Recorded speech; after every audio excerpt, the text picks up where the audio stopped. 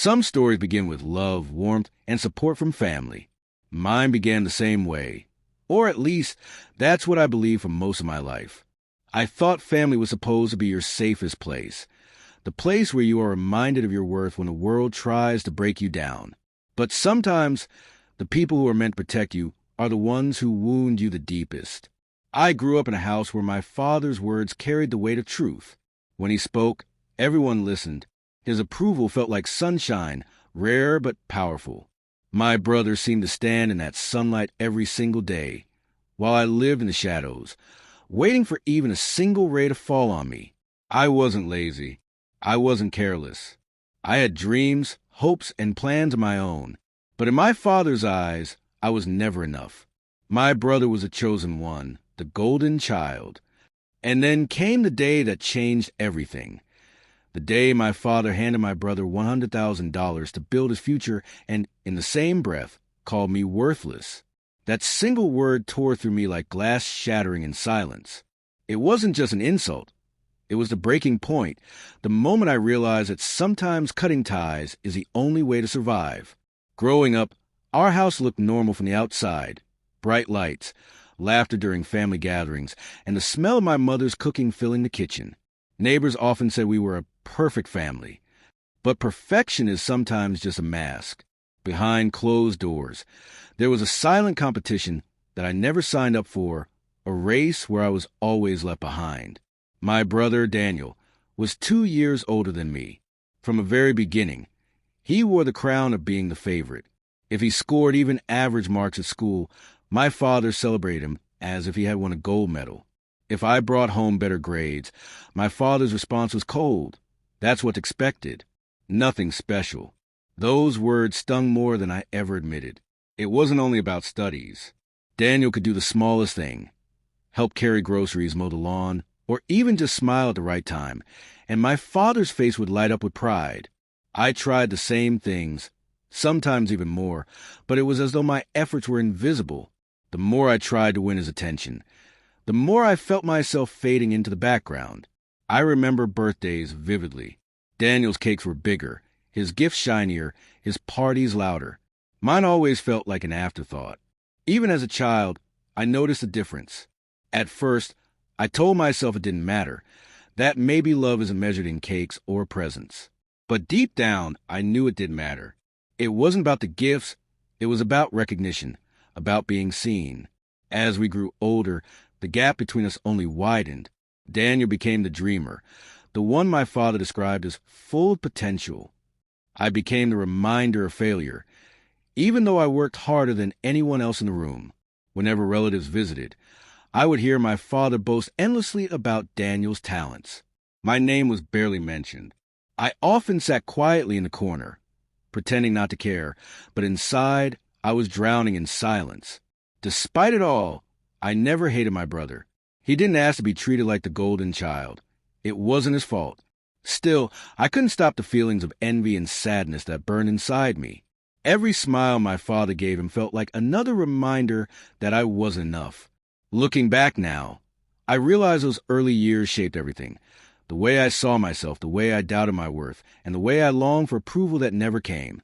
I thought things might change as we grew up, but I had no idea that the favoritism I felt as a child would one day explode into something far bigger, far more painful and impossible to ignore. From a young age, I dreamed of building a life on my own terms. I wasn't the kind of person who expected things to be handed to me. I knew success had to be earned, and I was willing to put in the work. While my brother, Daniel, often spoke of grand ideas but rarely followed through, I focused on steady goals, finishing my studies, saving money, and building careers step by step. I loved learning. Books were my escape, my safe place. Every late night spent studying felt like a small investment in my future. To support myself, I worked part-time jobs, sometimes tutoring kids, sometimes stacking shelves in a local store. It wasn't easy, but I believed that hard work would eventually pay off. Each dollar I saved felt like a quiet victory, a brick laid in the foundation of the life I wanted. But at home, my efforts went unseen. My father never asked about my grades, my work, or my plans. If I mentioned wanting to start something of my own one day, a small business, a project, or even a course to improve my skills, His response was always the same, a sharp laugh or a dismissive shake of his head. "You don't have what it takes," he'd say, words cutting deeper than he probably realized. Daniel, on the other hand, had big dreams of becoming an entrepreneur. He talked about owning restaurants, creating brands, and traveling the world. Yet, he rarely worked long hours or sacrificed his comfort. Still, my father listened to every word as if Daniel were a genius whose ideas alone were enough to change the world. The contrast between us grew more painful with time. I was burning myself out, trying to prove my worth, while Daniel was praised for simply having ideas. I started to wonder if effort even mattered. If all my struggles were just invisible battles that no one else cared about. Sometimes, late at night, I would sit by my window and question everything. Was I truly worthless? Was my father right? Or was I simply living in the wrong story, trying to earn love where none existed? Those questions haunted me, but they also fueled me. If I couldn't win his approval, maybe I could prove to myself that I was capable. Still, a part of me kept hoping for the day my father would finally notice me, finally believe in me. I didn't know it then, but that hope would shatter completely when the $100,000 came into play. That was the moment I realized the truth. In my father's eyes, no matter how hard I tried, I would never be enough. It happened on an ordinary evening, the kind where nothing feels special until the ground beneath you suddenly shifts. We were sitting in the living room, my father in his armchair, Daniel on the sofa, and me quietly scrolling through my phone. My mother was in the kitchen, her voice humming softly as she cooked dinner. Everything seemed normal, almost peaceful, but peace never lasts long in my house. My father cleared his throat, the way he always did when he was about to say something important. Daniel straightened immediately, like a soldier awaiting orders. I looked up casually, never expecting the words that would soon change everything. "I've been thinking," my father began, his deep voice echoing in the room. "It's time for Daniel to take his business ideas seriously. A man should build something of his own." Daniel's eyes lit up, curiosity and excitement swirling in them. My father continued, "That's why I've decided to give him $100,000, a proper startup fund." The words hit me like a thunderclap. For a moment, I thought I had misheard.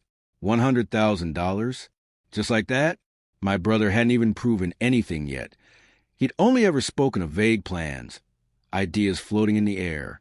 My heart pounded, a knot tightening in my chest.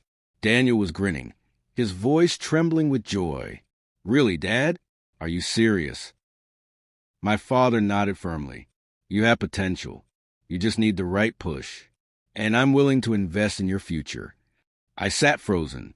My mind raced with 100 thoughts, each one sharper than the last.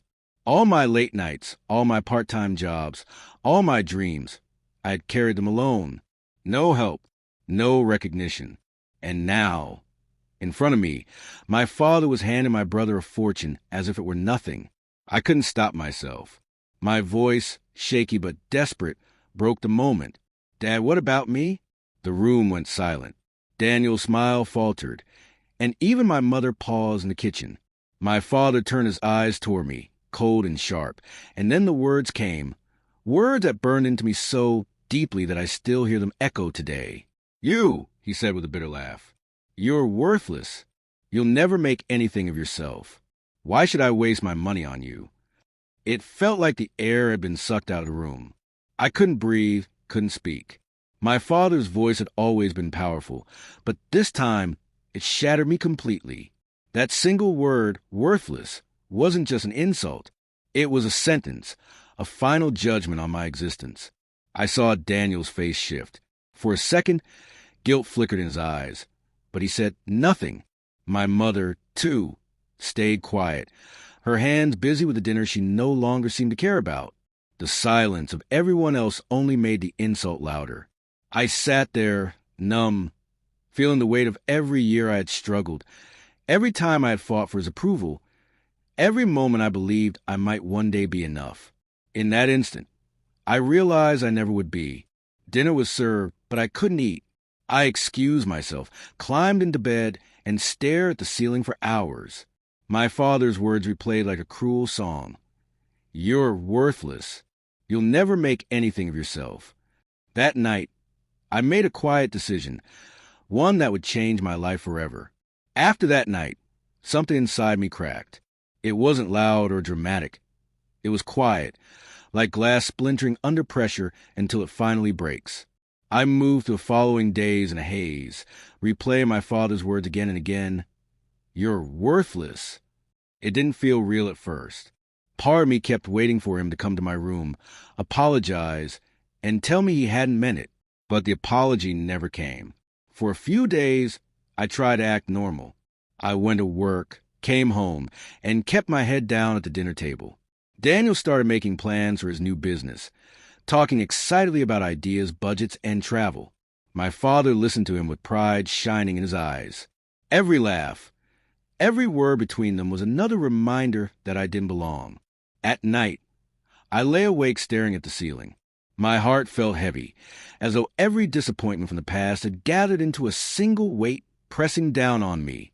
I thought about all the years I had tried to earn my father's approval, the extra hours at work, the sacrifices, the achievements no one noticed. None of it mattered. I wasn't a daughter to him anymore.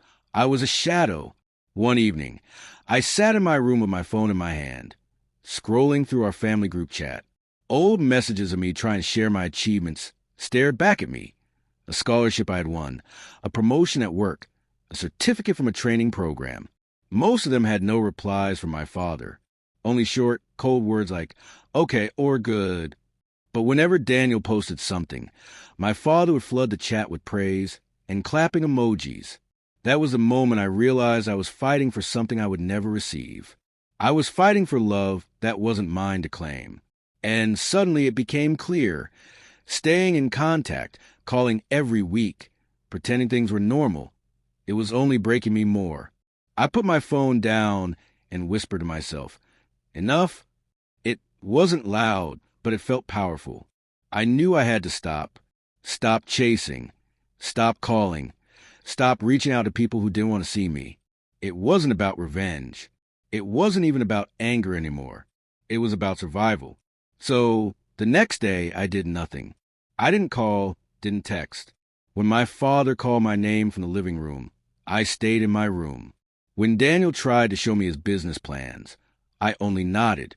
Inside, I'd already left. Cutting ties didn't happen with a single announcement or a dramatic goodbye. It happened quietly, like a door closing in the night.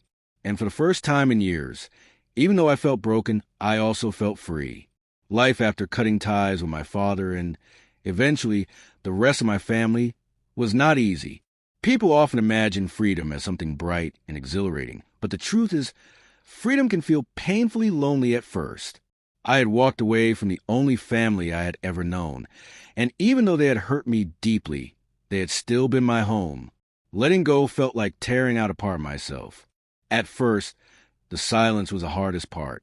I used to hear my phone buzz with family messages, updates, invitations, even Daniel's endless chatter about his plans. Now my phone was quiet. No calls on weekends, no questions about how my day had gone. I would sit in my small apartment after work, staring at the walls, wondering if I had made the right choice. A part of me missed them, even though they had never truly been there for me. But slowly, something inside me began to shift. Without the constant shadow of my father's criticism, I started to hear my own voice more clearly. I began making choices not out of fear of his judgment, but out of a genuine desire to build the life I wanted. I worked harder at my job, not because I wanted recognition from him, but because I wanted to prove to myself that I could rise. I enrolled in courses to sharpen my skills, even though I had to juggle long hours and sleepless nights. I met new people. Some became friends. Some became mentors. For the first time, I felt like I belonged to a world that didn't judge me for not being my brother. Meanwhile, I heard bits and pieces about Daniel through relatives. His business, despite the huge investment, wasn't going as smoothly as everyone had expected. There were problems, delays, and financial missteps. A part of me wanted to feel satisfaction, to think, see, money can't buy success. But another part of me just felt sad. Sad that my father had poured so much into him while completely ignoring me. Sad that even in failure, Daniel was still the one being carried. As the months passed, I realized something important. I wasn't broken anymore. The pain was still there, yes, but it wasn't controlling me. Cutting ties had forced me to stand on my own 2 feet, and slowly, I was learning to trust them. I stopped waiting for phone calls that would never come. I stopped checking that family chat. I stopped craving validation from people who had proven, time and again, that they would never see me. Instead, I began celebrating my small victories. My first savings goal, my growing confidence, the quiet peace that came from knowing I was finally living for myself. Walking away from family is one of the hardest choices a person can make. But sometimes survival demands it. And though my nights were often quiet, for the first time in my life, they were also mine. Looking back now, I sometimes wonder if things could have been different. If my father had chosen kinder words, if he had given me even half the support he gave my brother, maybe our family wouldn't be so fractured. But the truth is, I can't rewrite the past. What's done is done, and the scars left behind are mine to carry. There are days I still feel the sting of being called worthless. Words like that don't just disappear. They echo. They creep back in when life gets hard, whispering that maybe he was right. But then I look at how far I've come on my own, and I remind myself that my worth was never his to define. I may not have had $100,000 handed to me, but what I do have is resilience. I have strength that was forged in silence, in rejection, and in struggle. Do I miss them? Sometimes. Family ties are not easily erased. Memories come back unexpectedly. The sound of my mother humming in the kitchen, the laughter of childhood before favoritism poisoned everything. Those memories are bittersweet. They remind me that love once existed, but also that it was never enough to protect me. As for Daniel, I don't hate him. He was as much a product of my father's favoritism as I was a victim of it. If anything, I pity him. Money may build opportunities, but it cannot build character. And without character, success rarely lasts. In the end, cutting ties was not an act of revenge. It was an act of survival. I had to choose between staying in a cycle of hurt or stepping into the unknown. I chose the unknown. And though the road has been difficult, it has also been mine. Maybe one day, they will realize what they lost when they pushed me away. Or maybe they never will. Either way, I've learned something priceless. Being called worthless doesn't make you worthless. Sometimes, it simply means you were meant to find your worth elsewhere.